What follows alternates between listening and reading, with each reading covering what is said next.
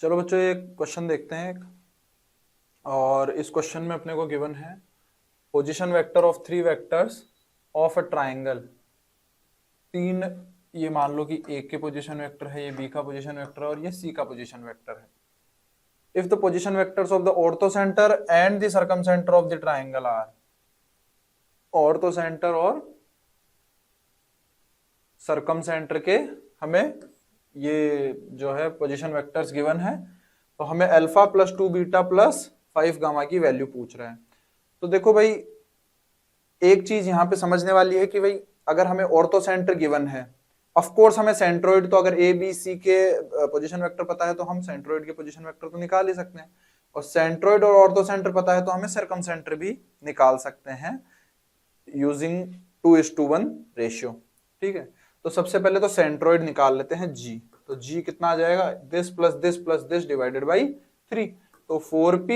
और इधर से -5p, इधर +2p, तो कितना आ जाएगा p, और फिर इधर से q और माइनस q तो +q, फिर उसके बाद में 3r 2r 2r 4r, तो प्लस कितना आ गया r डिवाइडेड बाई 3।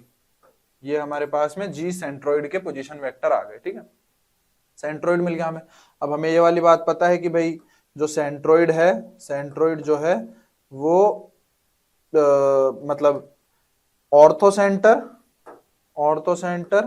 और सर्कमसेंटर को मिलाने वाली लाइन को 2:1 के रेशियो में डिवाइड करता है। तो इस बात को हम जो है वो यूज करके, एच हमारा ऑर्थोसेंटर है ना, इस बात को यूज करके हमने क्या बोला कि भाई ट्वाइस ऑफ सी का पोजीशन वेक्टर प्लस एच का पोजीशन वेक्टर जो होगा वो बेसिकली किसके डिवाइडेड बाई 3 जो है किसके इक्वल होगा, जी के पोजीशन वेक्टर के इक्वल होगा। तो ट्वाइस ऑफ सी का पोजीशन वेक्टर, ट्वाइस ऑफ सी बोले तो सर्कमसेंटर एंड द सर्कमसेंटर, मतलब सर्कमसेंटर का पोजीशन वेक्टर ये है। तो 2 alpha p vector plus 2 beta q vector plus 2 gamma r vector plus h का पोजीशन वेक्टर, एच का पोजीशन वेक्टर कितना आ जाएगा यहां से अपने पास में, ऑर्थोसेंटर का पोजीशन वेक्टर कितना आ जाएगा,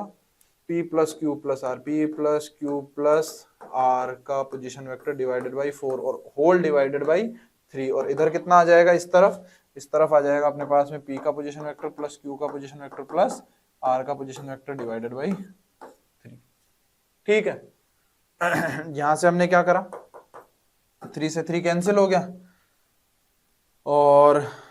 इधर से देख लेते हैं कितना, 8 अल्फा प्लस